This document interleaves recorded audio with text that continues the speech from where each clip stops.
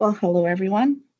Today we are going to be moving on to 6.7, factor and special products, and actually 8.2, which is solving quadratic equations by factoring. So we are used to factoring by now. Last class we practiced. And if I see a quadratic trinomial leading coefficient, I'm used to going ahead and doing the A times C, where I would get 4 times 9, 36, and the middle term, negative 12. And I can find the factors, negative 6 and 6, negative 6. And then I could choose that, and I could factor by grouping. That's one way. Another way is if you can tell that they are perfect squares, meaning the first term is a perfect square, and the last term is a perfect square, then there's a faster way. If the first term is a perfect square, 4 is 2 times 2. And the last term is a perfect square, 9 is 3 times 3. Then we can make a difference. To get x squared, we know we're going to use x and x. So the x squared gets split, and 2x and 2x match. It is perfect. If I look here, 9 is 3 and 3, but this sign in the middle is going to be negative. So I'm working with a negative 3 and a negative 3. Negative 3 times negative 3 is positive 9. So if I know that that's true, I can test the middle term by using 2AC. 2 times the A term, which is 2x, times the B term, the C term, which is negative 3. If I multiply those, I get 2 times 2, which is 4x, times negative 3, negative 12x. If that is true to the B term, then I know that this is a perfect square. My answer is 2x minus 3 times 2x minus 3. So it's 2x minus 3. And I get the other one from here, 2x minus 3. That's my actual answer. And when I come down to it, 2x minus 3 is the same. So it's 2x minus 3 squared. Factoring perfect squares. Let's look at number 2. If I look, I see that 4 is a perfect square. Let me look at number 3. If I look, I see that x, technically there's a 1. 1 is a perfect square. So this can be split into x and x. I look at 16, and 16 is a perfect square. This can be split into 4 and 4. This is positive, so this is a positive 4 and a positive 4. Positive 4 will give me that positive term in the middle, and it will also give me positive 16. So yes, this works out. First term is a perfect square. Last term is a perfect square. I'm going to check the middle term by doing 2 times x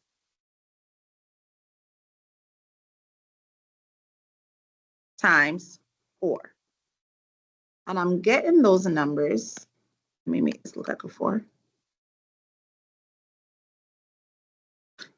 I'm getting those numbers from here, an x and a 4.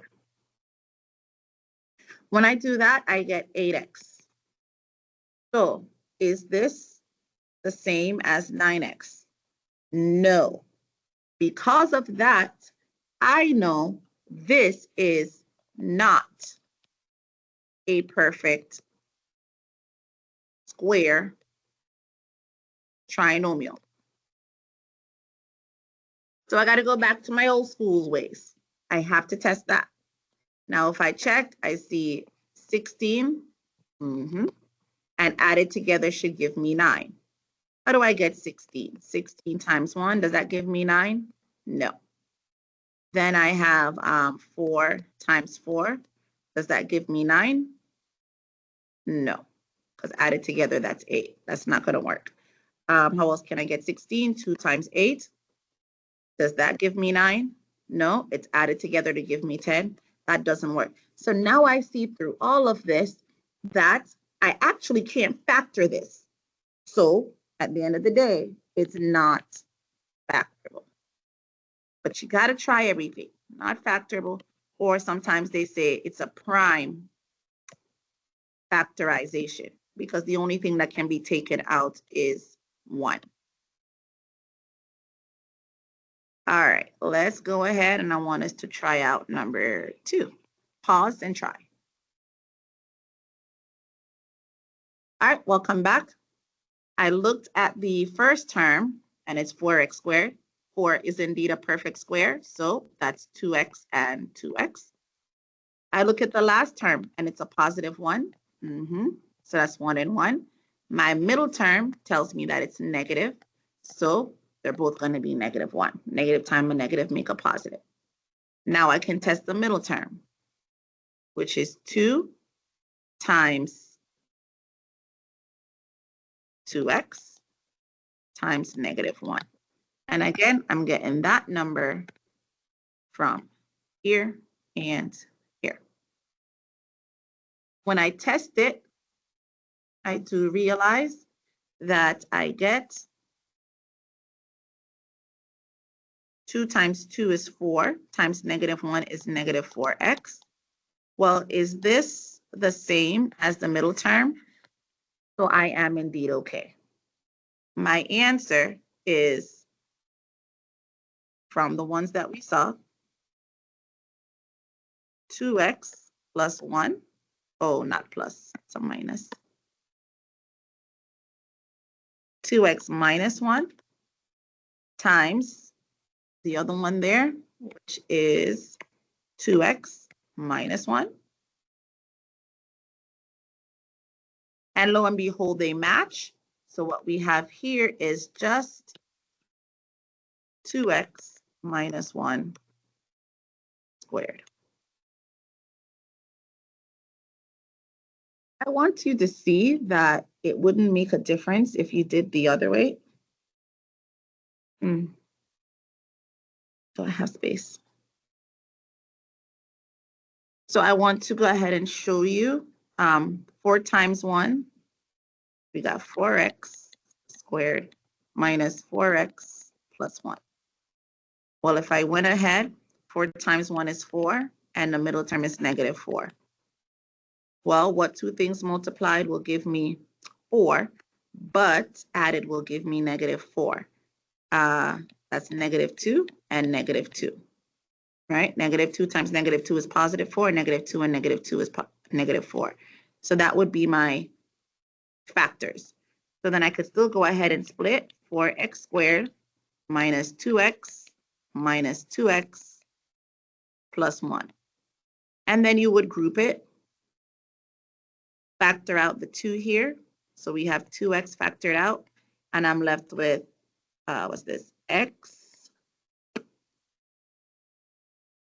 minus 2 divided by 2. Oh, sorry, this is a 4. So I'm left with 2x minus 1. And then on the other one, I would factor out a negative 1. So then I'm left with 2x minus 1. Well, isn't that the same answer that I got? My leftovers would become their own, 2x minus 1. And the matching one would be its own, which is 2x minus 1. And then my answer is still 2x minus 1 squared. So if you're not happy about going that whole testing route, that's fine. Do it the way you've been doing it, where you've been learning. But this is another way and a faster way. You do need to recognize it because sometimes you're factoring the difference of 2 squares.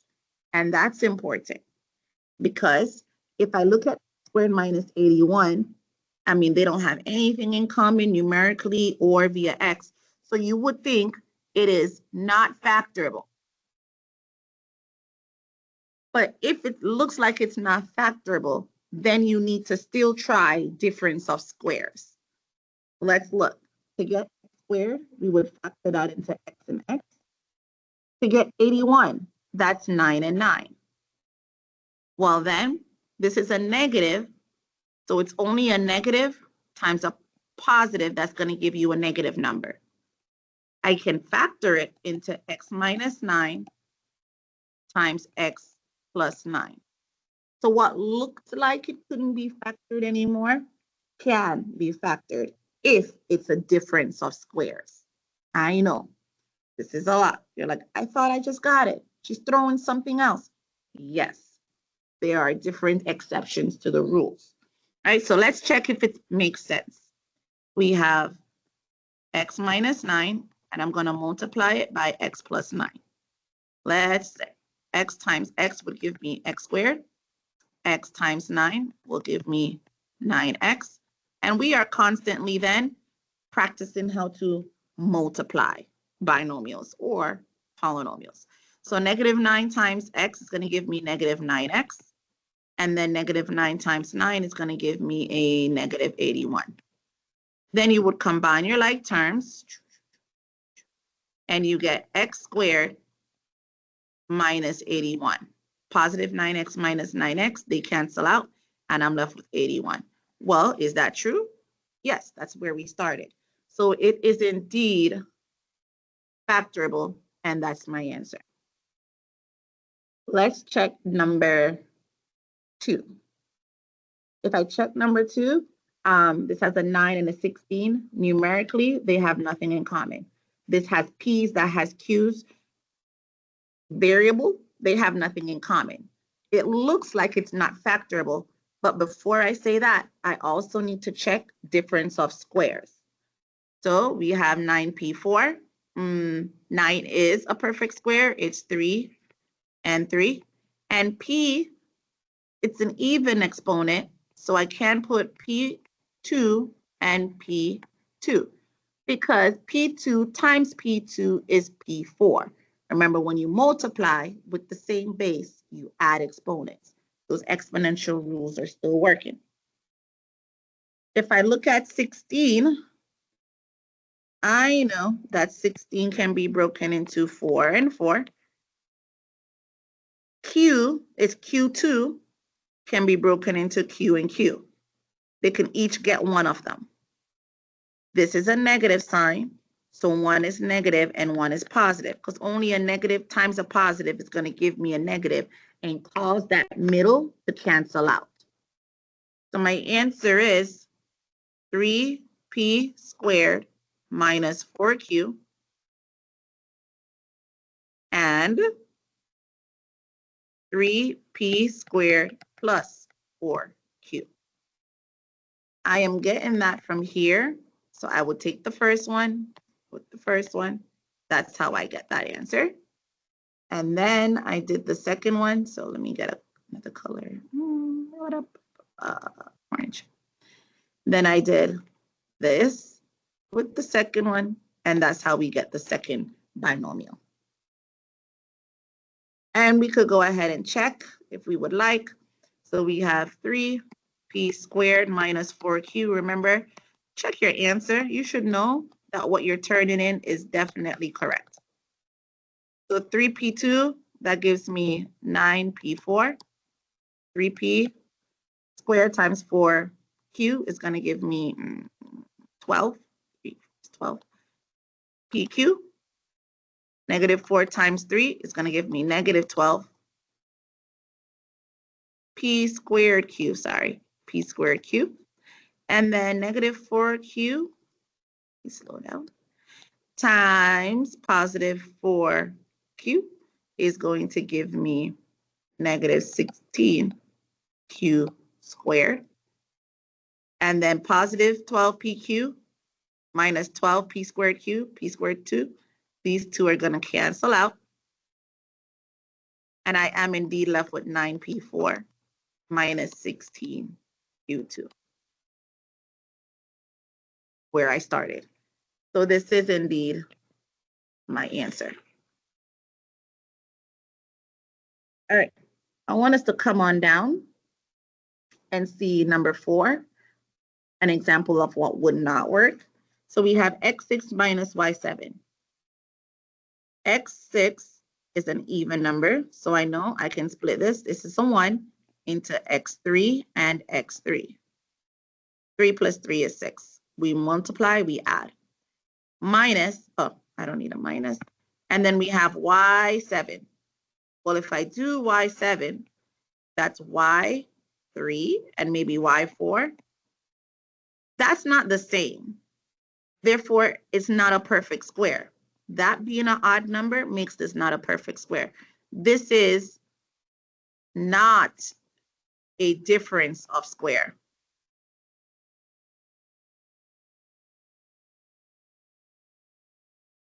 And indeed, you would have been done. This is a prime factorization.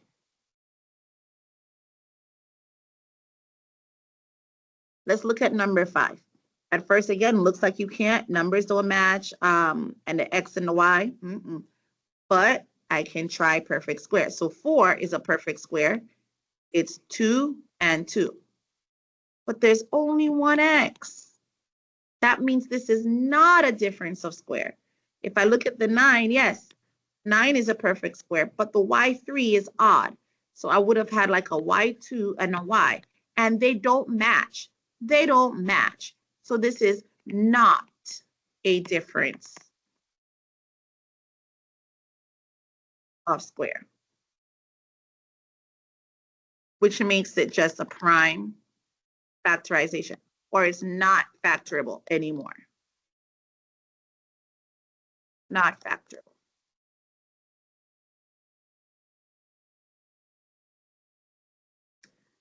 So let's see the difference. Again, here we both had an x and an x and a 9 and a 9. Prime fact, it can be a difference of square. This x3, x3, yes. y3, y4, no. Does it match? Not a difference of square. Here, 3p squared, 3p squared, yes, they match. And 4q and 4q matched? Yes, difference of squares. 2x and 2 does not match. Not a difference of squares.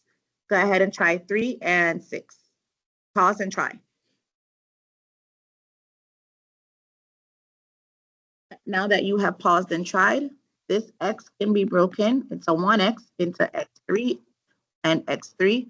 The y squared could be broken into y and y. And so one's negative, one's positive because of the sign. So our answer is x3 minus y and x3 plus y. Number 4, I have x to the 6. That gets broken into x3 and x3, yes. 19, not a perfect square. It's just 19 and 1. So not a difference of squares.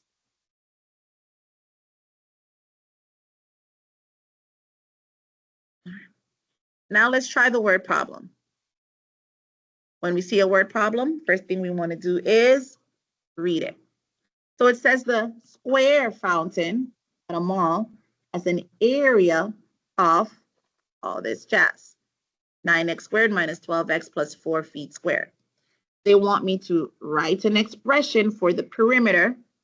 Then they want me to find the perimeter if x equals 2. So they want a whole lot. All right, let's break this down. If it's a square fountain, then what does it look like? Yes, it should look like a square. The area of the square, the thing inside the box, is the 9x. Let me make it bigger.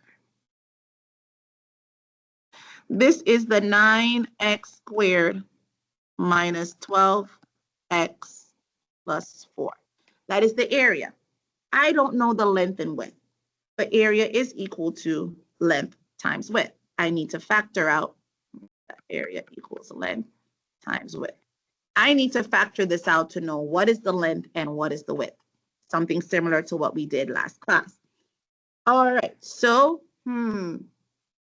I can go ahead and I'm going to write it out. 9x squared minus 12x plus 4. I can go ahead and do the 9 times 4, and I'll get my 36. And then added together should give me negative 12. That's going to give me negative 6 and negative 6. I could do all that, use that, and factor my group in. That's fine. Go ahead and go that route because you're okay now.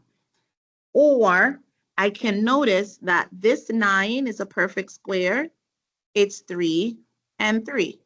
So it's 3x and 3x. The 4 is a perfect square. It's 2 and 2. Because my sign is negative on the b term, it's negative and negative. If I look at the 12, 2 times 3x times negative 2. 2 times 3 is 6 times negative 2 is indeed 12x. So I know, okay, this is true. My answer is 3x minus 2 times 3x minus 2, which means the length is 3x minus 2, and the width is 3x minus 2. Now they want the perimeter. Well, how do I find the perimeter of anything? I'm going to add up all the sides. So for the perimeter,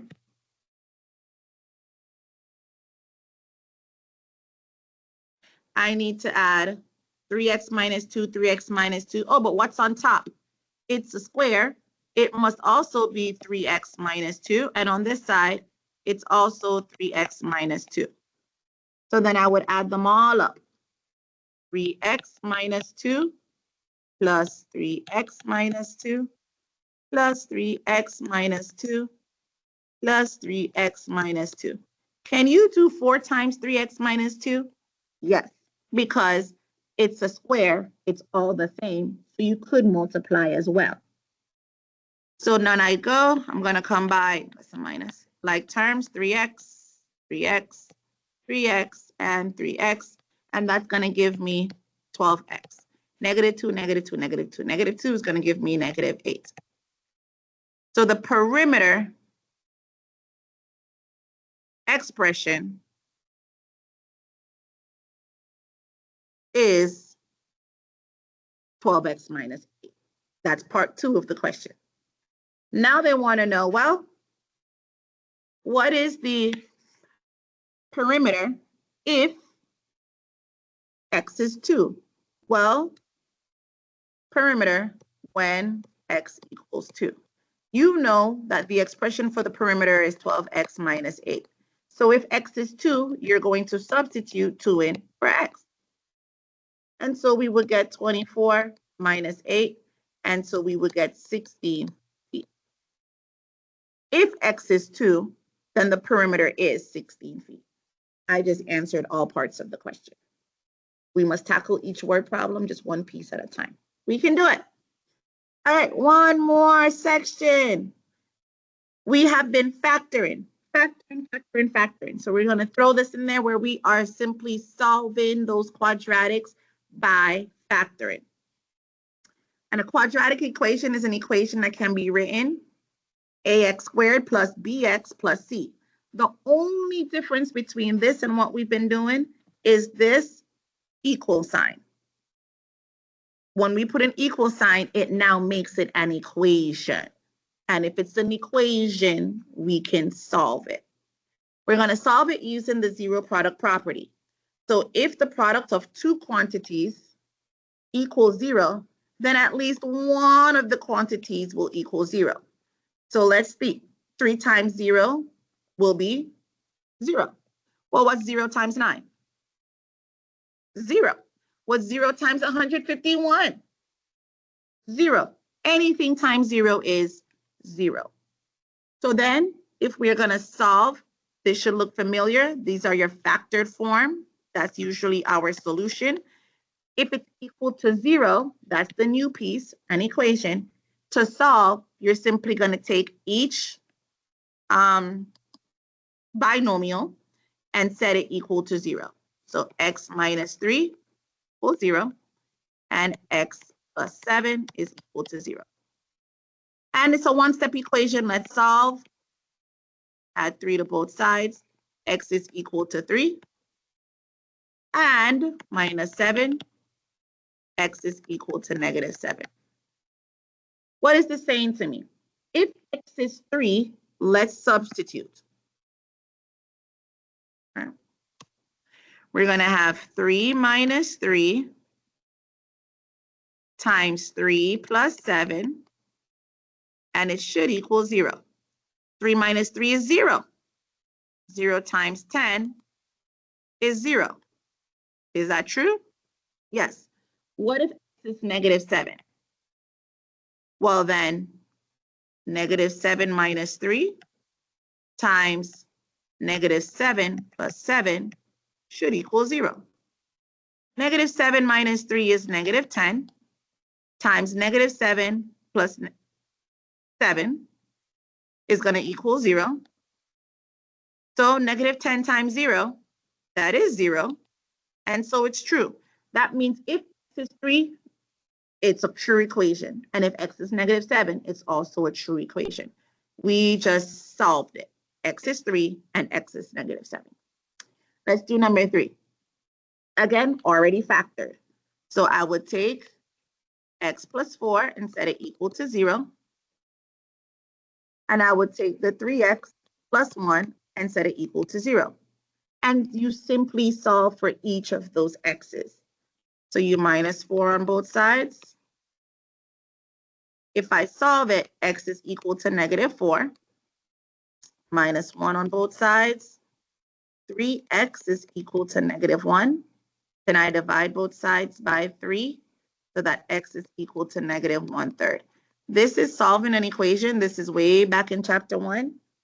We should be able to solve an equation. That's why I'm kind of moving through that portion. But then that's your solution. X is negative 4 and x is negative 1/3. Let's come on down to number 4. If I look at number 4, it doesn't look like the factored stuff up front, right? Number 2 and 3 were factored already. But can I factor it? Yes, I can. So let's go ahead and factor it. 2x squared minus 16x plus 30. I could factor the 2 out first. I could do 2 times 32. Many different ways you can think about which approach you want to take. So if I factor the 2 out first, I'm left with x squared minus 8x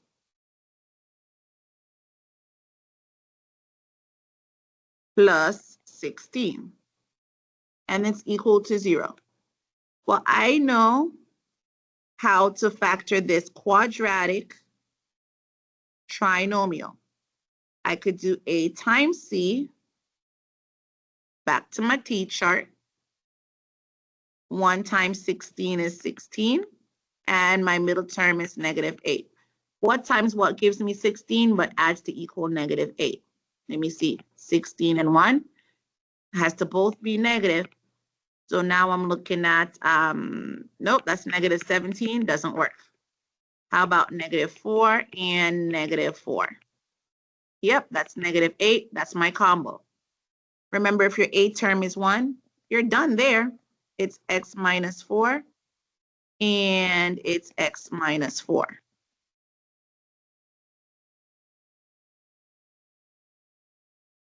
If you wanted to go the perfect square route, you would have had x squared minus 8x plus 16. Well, this is x and x, and this is, what's that, 4 and 4, negative, negative. Yep, gives me 8 in the middle. So then it would still give me here x minus 4 and x minus 4. Perfect square, or factor in as usual. Once you are done, you would have 2. Oh, we already have that, x minus 4 and x minus 4, or x minus 4 squared. You could see either. You're going to set them equal to 0. So 2 equals 0. X minus 4 is equal to 0. X minus 4 is equal to 0. Aren't they the same thing? Yes, you're going to get the same answer. 2 is equal to 0. Is that true? No. This is not a viable solution. You would add 4 to both sides to get this x alone, so x is equal to 4. Yes. Same old thing here. Add 4, x is equal to 4. What is the one solution you have? X equals 4. That's it. Let's look at number 5. Oh man, something is wrong. When I look at this one, it's not equal to 0. And there's an equal sign between the 2x and the 8. That means you're going to have to move it around. So you can minus 8 on both sides. Now you have x squared plus 2x minus 8. That's equal to 0. And now you can factor that. Perfect square? No. You could go ahead. You need 1 times something. 1 times negative 8 to give me negative 8. And a positive 2 in the middle. What are those? We get 4 and 4 to give us 8. One of them has to be negative because that's negative. And so we get, no, that's going to give me 0. Won't work. How else can I get 8? Oh, that's 16.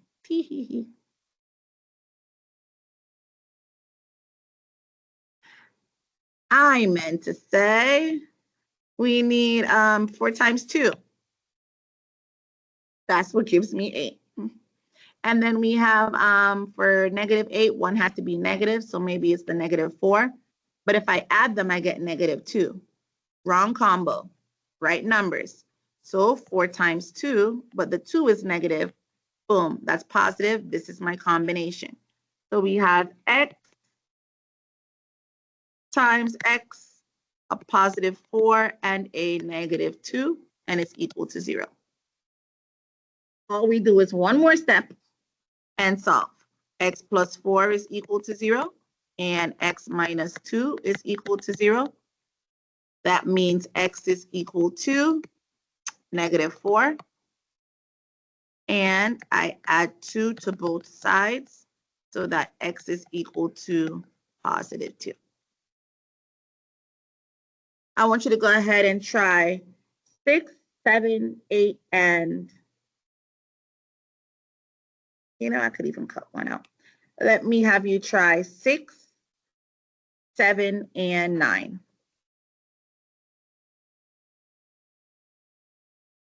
And 8. 6, 7, 8, and 9. Pause.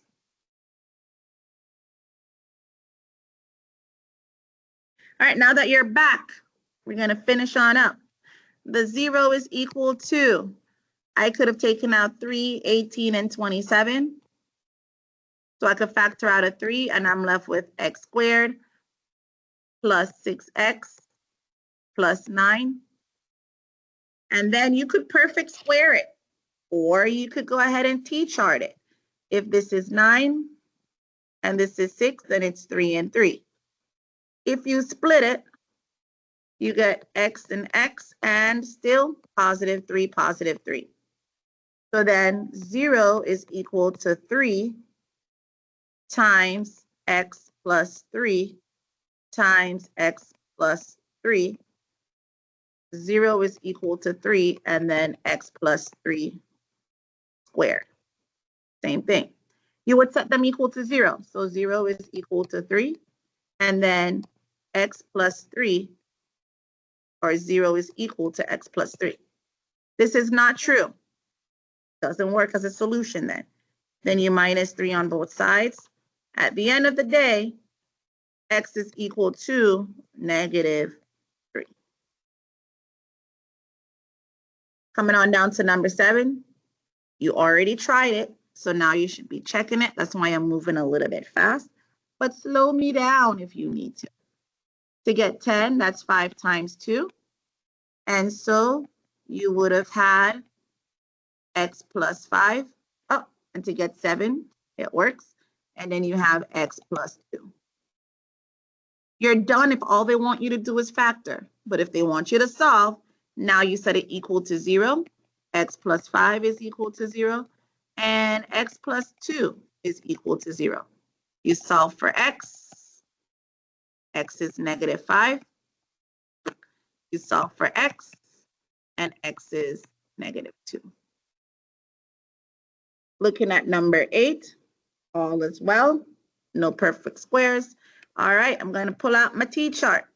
A times C, that's negative 6, and added should give you 5. Your combination would be negative 6 and 1. Nope, that gives me negative 5. That's not it. Need to change the signs around. So positive 6 and negative 1. Yep, that gives me positive 5. That's what I'm working with. I do have an A term, so remember it's not as easy. There is an A. Because of the A term, I'm going to color here. Split it. So this is 2x squared plus 6x minus 1x minus 3. And then we group it. So that 0 again, still all hanging out there, is equal to, let me factor this out, between 2 and 6, it's 2. Between x squared and x, it's x. And I'm left with x plus 3. That helps me out, but this is a negative.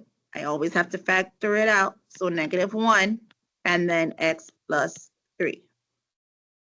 So the 0 is equal to the leftovers, 2x minus 1, and the matching x plus 3. Again, if we're factoring, we're done, but we're solving because of that 0 and the equal sign. So now I just go one step further. 0 is equal to 2x minus 1, and 0 is equal to x plus 3. And I solve. Add 1, add 1. 1 is equal to 2x. Divide by 2, divide by 2. 1/2 is x. And I minus 3, I minus 3. Negative 3 is my x. Last one, I wanted you to try because it doesn't look like it's equal to 0. I need to rearrange the stuff. So you should have added 2x squared on both sides, or even move all of those to the other side. That's fine too. But then you would get 0 is equal to 2x squared minus 12x plus 18. Because I rearranged this to look like ax squared plus bx plus c. I need things to look visually appropriate, standard form, etc., before I can actually begin to solve. So when I look 2, 12, and 18, I can indeed factor out a number. I could factor 2 out. And I'm left with x squared minus 6x plus 9. This makes it a lot easier to work with. Then that's 9 on my t-chart. Oh, you know what? It's also a perfect square, isn't it? And the middle term is negative 6. We're looking at negative 3 and negative 3. Or again, this is an x and an x, and this is a negative 3 and a negative 3. Either way is perfectly fine. Your next line should look like 2, x minus 3, and x minus 3, which is 2 times x minus 3 squared. So now I can go ahead and solve. So 0 is equal to 2. That's not true. 0 is equal to x minus 3. Okay. I add 3 to both sides, and 3 is my x. I solved. So I'm factoring on the way to solving. That's it. You guys have a wonderful day, and I will see you tomorrow.